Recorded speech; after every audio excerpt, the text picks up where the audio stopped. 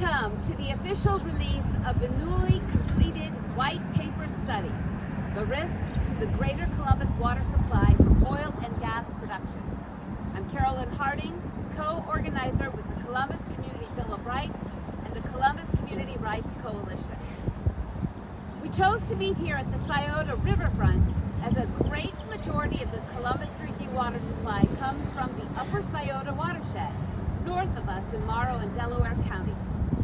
It is significant because the Columbus Division of Water not only provides drinking water for Columbus residents, but for more than 20 communities in the Columbus metro area. The Columbus Division of Water is responsible for the drinking water for more than 1,200,000 people. Columbus and our water needs are growing. In 2010, the first unconventional horizontal shale extraction well was drilled in Ohio, and to this day, millions of gallons of toxic radioactive oil and gas waste has been injected into old vertical oil and gas wells, sprayed on roads for dust and ice control as brine, and there are permits to dump oil and gas solid waste into our municipal landfills, all happening within our Columbus metro watershed, our drinking water source. What could go wrong? What has gone wrong? What will go wrong? This white paper is for Columbus metro leaders and citizens to learn of the risks to our water supply from oil and gas production and waste, and what we must do to safeguard our water for today and generations to come. In honor of all Indigenous water protectors and people working to protect our wetlands, watersheds, streams, rivers, lakes, oceans, our drinking water supplies. Water is life.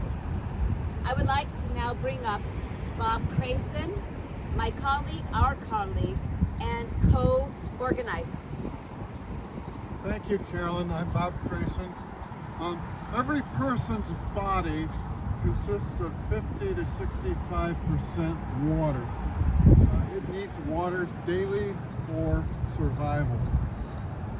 It's why Anheuser-Busch built a plant in Columbus, because of the water. It's why there are so many microbreweries in the city because of the water. And it's why Intel and other companies are coming to the city, because Columbus is ranked as one of the best water systems in the country. But it's important to know that 1 gallon of oil can contaminate 1 million gallons of water, making it undrinkable. So we're worried about the long-term possibility of our water being impacted by oil and gas production activities that are all around us. It is true, as far as we know, that there is no oil or gas production or waste from fracking wells coming in Franklin County. Our organization was instrumental in influencing the Franklin County Commissioners to ban the spreading of hazardous fracking brine on our roads and streets. We are one of 2 counties in the state with this kind of ban. The brine contains heavy metals, hazardous chemicals, and most worrisome, uranium-226 and 228 that could easily get tracked into our driveways, garages, into our living spaces with serious consequences. A little local history might be helpful.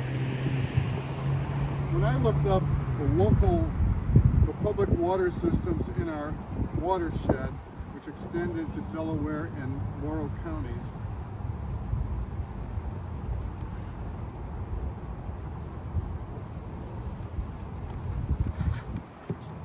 I was puzzled why the village of Cardington in Morrow County, closer, with a few thousand people, had its own public water system.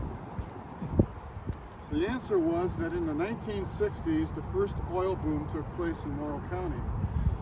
The fact that there are now more than an estimated 100,000 abandoned or so-called orphan wells left from that era tell you how big the boom was. As oil wells sprang up, people in Cardington began to have their water wells infiltrated by oil and gas. They eventually lost their water supply and their home wells.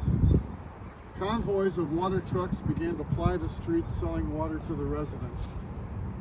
This went on for many, many months until the village leadership was able to secure an aquifer 10 miles away in Marion County. You can guess what happened next. Wells needed to be dug at the aquifer. A 10-mile water main, water treatment plant needed to be constructed. Water mains to the houses in the village and connections to every home.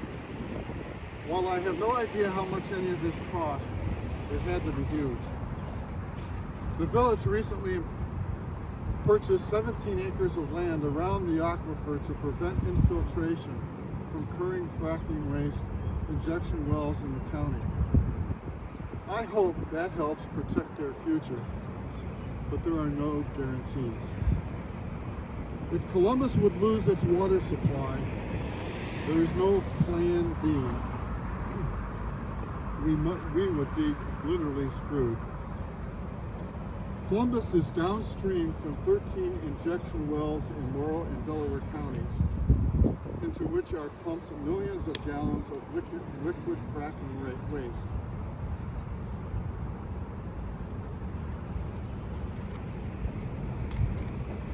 Currently, there are no protections from spills, leaks, accidents, or the gradual migration into our source water.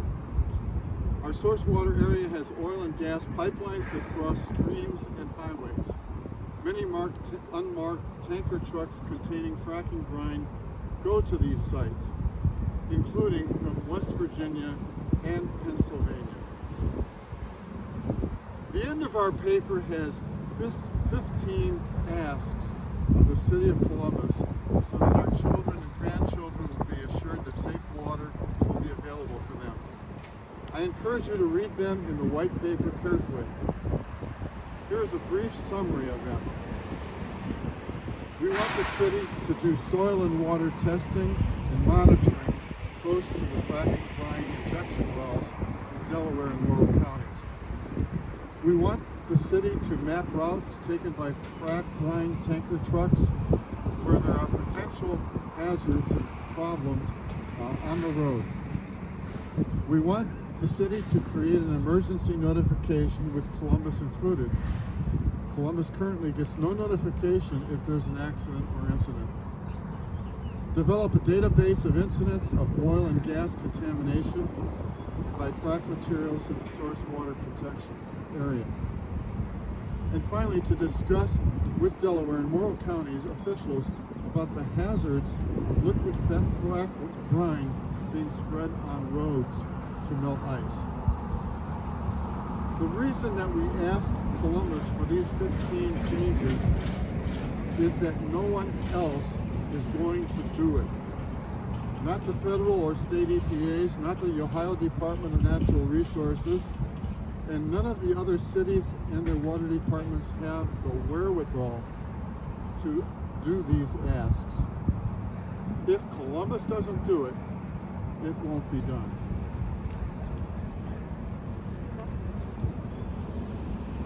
Thank you so much, Bob Krasen. Our next speaker is Bill Lyons. He's also a co-organizer of the Columbus Community Bill of Rights and Columbus Community Rights Coalition. Hello, I just want to let you know a brief history of our group, Columbus Community Bill of Rights, and our educational arm, which is Columbus Community Rights Coalition. It began in 2014 when a couple of our members learned about threats of the liquid and solid waste of fracking to the Columbus metro area. And the Community Bill of Rights was launched as a citizen initiative to get on the ballot to assert our rights and our ecosystems for clean water, air, soil, and our local self-governing right to prohibit those things that jeopardize our rights for clean water, air, soil. We when this campaign started in 2014, there was no time limit to collect the signatures, but later that year, the Columbus City Council put on the ballot and encouraged recommendations to our city charter, and one of them was to limit our time for 1 year, which no other city in Ohio has. So we had to turn in our signatures earlier than we wanted to, and we were 1,000 signatures short. Well, we relaunched with the second ballot initiative in 2016, and after a year's time, we turned in the signatures, and we were again about 1,000 ballot signatures short. So we relaunched our third initiative in 2017, and when we turned in our signatures in 2018, we had way more than 3,000 signatures above what we needed, and that was verified by the Board of Elections. Our initiative was sanctioned by the City Attorney's Office and the Columbus City Council, Senate, for the ballot.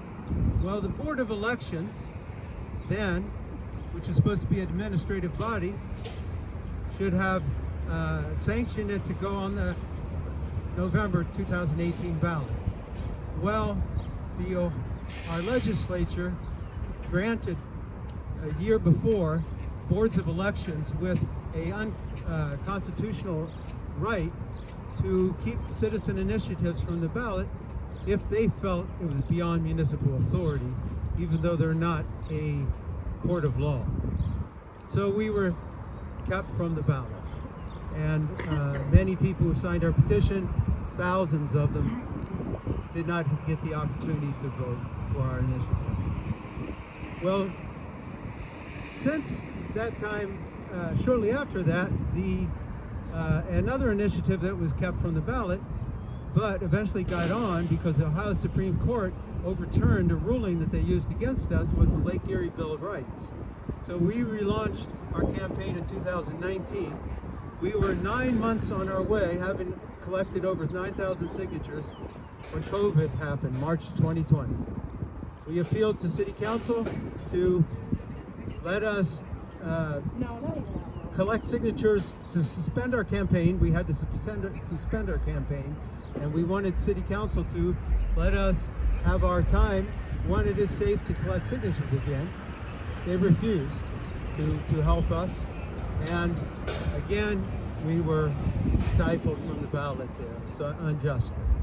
So of course these are our initiatives that we're trying to get on the ballot. In the future we will plan for one more, we hope, and we hope that the citizens of Ohio will help us with that initiative. But in the meantime, we've been active with other things, one being this white paper and even some water testing ourselves. So I think that's all about our history. All right. Thank you, Bill Lyons. Our last speaker is another co-organizer, Charlotte Owens.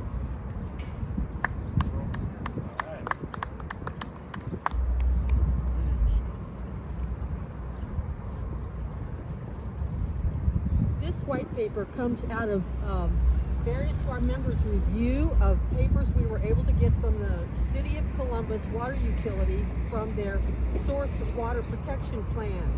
And we relied heavily, and we are so indebted to Dr. Julie Weatherington-Rice, whose career has been based on protecting water utilities and surface water. And so in her opinion, okay, so the Columbus had a panel when they were doing their planning for the surface water plan. She thinks they had good people at the table, and they have done a good job with agricultural pollution. But she thinks they didn't even know what they didn't know, and they needed people who knew a lot about oil and gas at that table for the plan, and thinks the plan is quite deficient in protecting Columbus City water from, for instance, the injection wells in Morrill County. So what the injection wells in Morrow County take brine from fracking wells that is, of course, very salty, but also has radioactive ions and also other chemicals in there that we don't know what they are. In the past, when oil and gas was taken out of wells, brine could be put back in to reestablish the pressure to help get more oil and gas out. But now what's happening is it's being put under extreme pressure. Well, what's that do? First off, you have to get in mind that there's no big holes underground. So if you push more stuff down, other stuff has to go someplace. So one of the things is we don't know about faults that are underground, so it can have a kind of a greasing, loosening effect, hence having earthquakes we've heard about in different parts of the country, including Northeast Ohio. But also, it can have stuff coming up other places. What other places? Well, here's the thing. Since the oil and gas boom started in Northwest Ohio in 1860s, hundreds of thousands, maybe 300,000 wells have been drilled, and most of their locations have been lost, and most of them, perhaps 3/4 of them, have not been properly capped. And so there may be holes that you don't know exist where something comes up. So the risk is not only from the injection wells with the casings that may break and may leak, but let's say liquid then goes through other faults or comes up other holes. So we really need to know whether it is reaching the reservoirs that are the source of our water supply. So injection wells themselves are only one source of the problem. There's transporting the stuff to the wells. There's already been, for instance, I think in 2016, a truck carrying brine overturned and dumped into the headwaters of a Barnesville reservoir and taking it out of service for 2 months. And thank goodness they had spring flushing that helped with there. But it served 80 square miles, and thank goodness there was another reservoir. That's one example. Also, leaks from pipelines. So getting back to what Bob talked about, why so much focus on Columbus City? Because cities are on their own, without help or even communication from state and federal agencies when there are leaks or threats to the water supply. So we talk about in chapter 4 here, the building